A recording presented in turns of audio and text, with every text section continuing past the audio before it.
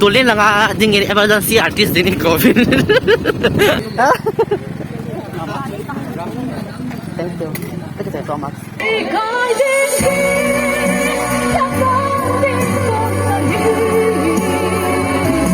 This is my food.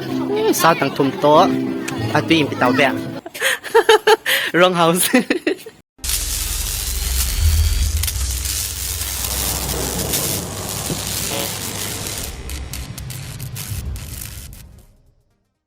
Tua hi nila lang pung thum pung nia hitan tua hi tuloy lang ding emergency artist din COVID. Kaya studio company hi studio pa na hi ipuya kung di pa taong na hiin lang kasi pa izalhana tua hi ka jugot chai dress song for chi ka mo jing na aba ta ka ka chen ka chen chai ya hi ta hi gang chara program ja ka thai zal hi tai tua hi kan hun ting le ka chi pan ho jang kan kap ding ban ting le kan hun pha le program itabanga agunawam itabanga manawam ti kan sa ding a hi so tua hi on my way here ka program chi da hi emergency one train hun chi ka hi za chu cái dòng one track cái chụp na tôi cái gì hiện tại cây mà lung ye cây mà ngày thu cây mà đây đã na thiel hun gì lâu thế cái ngày xịt na hin khô ca na mang zit lung mun na ding olin ka alam vai zi in la bu zo lo ka pa te nang ko ti lo lung mon na ding lo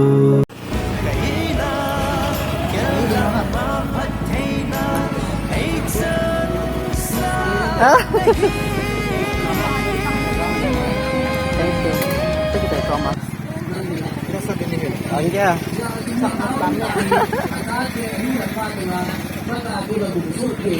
Anu la pa zum na te ta tam ta kyu ni nu la pa di hai sa te go ka kai go wa i pi hi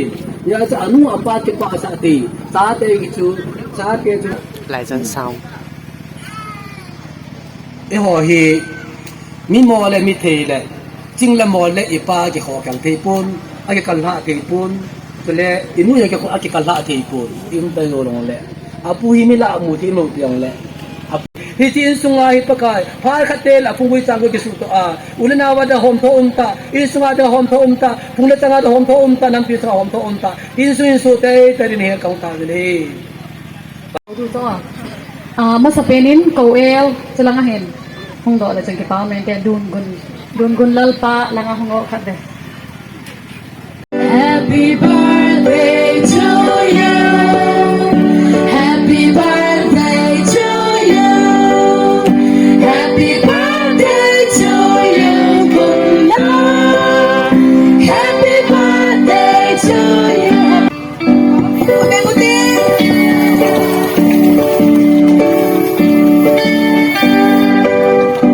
program ichi di hin abana hi wa chaila lunga hoining to thang aman pathin wa chaila kha ei sa pi di hin ama in ki gut peutin ama ki gut jing lain dunia ichlai chapa lungun la lau kip kum khat hin ki pa pi na le bang thum pi na kina pathin wa chaila setinga hungkal song golhang hem khu chom hau kip kathange gospel idol om le khate ngam namuna ingin pe lau sam ki pau min te silang kuna binge ki pau me amazon hi azoting la pathin wa choi la sedinga iko ti hi amazon ki ko sa inom pe ti vin ka ga te me tun pathin wa choi la sedingin nonga hoining phat peute ka ha sam ti ka tha lung dong ti lung thong na hi ang bigaya sao le oi ang ko ti e ha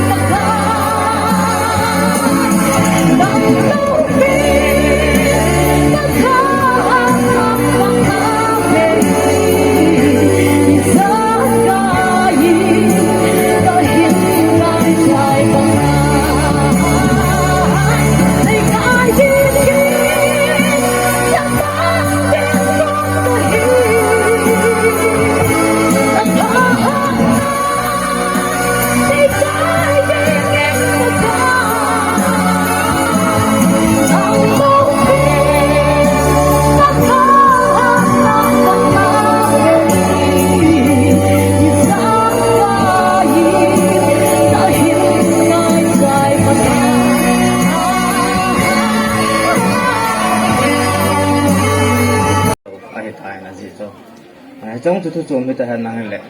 มีตุไรนี่คือประมาณสาลายพาดอหิตายมินนี่ก็อาจงอาสา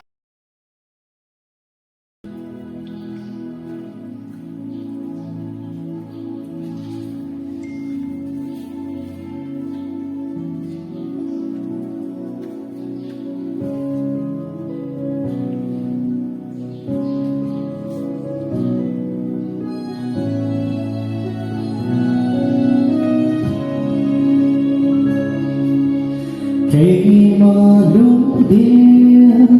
cây mà nghe tu cây mà để đã na thiệt tha hơn gì lâu tin tình ấy xin nó bên hình khổ ca na nung gì tay lúc muốn đã đến hoa lên cả làm vai gì hình là mu dâu lâu cả ba thiên đằng cô đi lâu lung buồn nào đi ôm lâu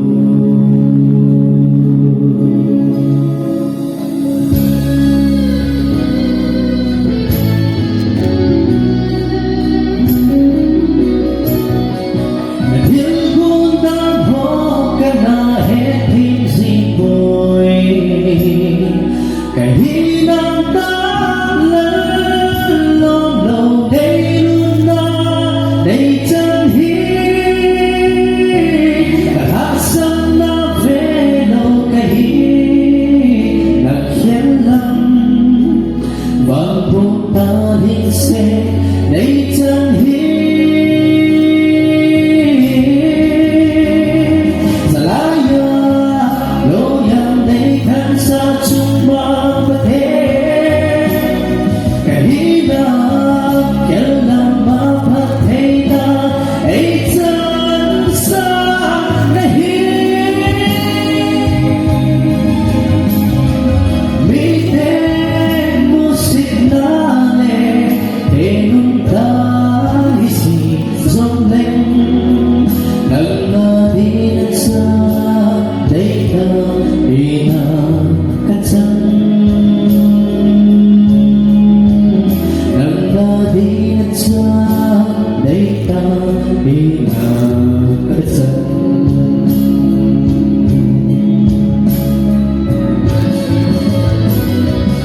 Chính là cái ta làm vài bên dòng của vã lâu phi đây buồn xa ý lúc đông em vai ta ung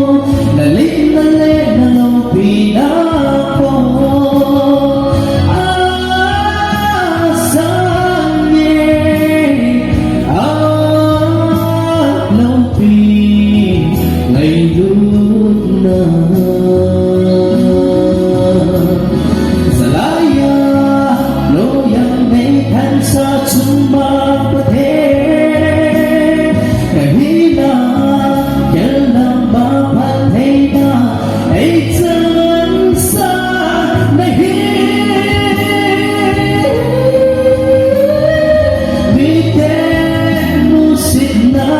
lệ để nung ta hi gì dòng lên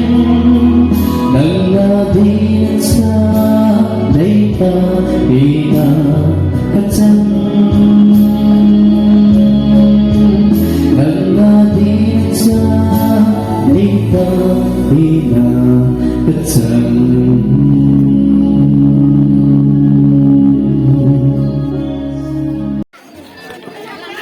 tahi bune apa na hitan birthday khela jinga atu pipian hitan te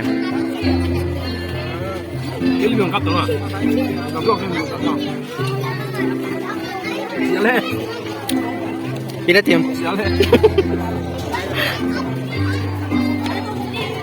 mi piong podotan tahi mi pi jong atam mama zin. This is my food. Sa tang thum to at bi im pitaw be.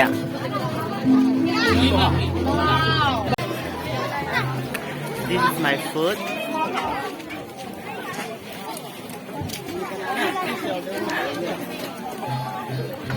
Sai go. Ha sai tar pina ti ma. Tuni ala sa ngai bale Tu ni kala sa ngai sa ta ne hi ma hin. sarang ye yang ye Na bo zo si salang ya kai pang lo. Mà hi designer cho là makeup artist hiền mà hi họ pastor hiền là son mà hiền pisa này hầm bông sa mình là son năng lượng bông sa khi bông sa cái này thấy Japan vợ sa rồi cái lá tay bữa nay đi đơn lâu cái hiền vlog cái bữa hiền tôi nằm mình chỉ không tôi dặn hiền rằng à hôm về không vậy nghĩa tắm dan birthday party yang kami tam na pian tabat so he to len ko lang ho hiểu hin phải nunga ko lang ho tuni videographer pa hin ma hiam ahoy tangai na mi song ukhup khabai bet tong wa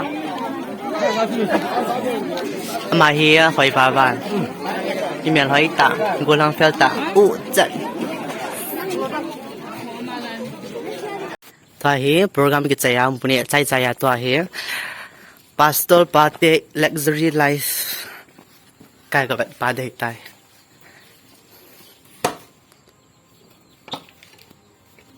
ya hello son tiền nó long lại trai rộ số không hầm sorry không vlog here wrong house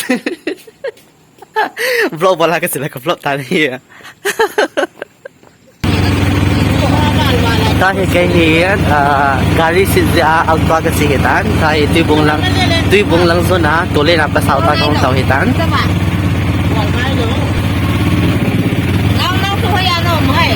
teka tuy bung akong sa heno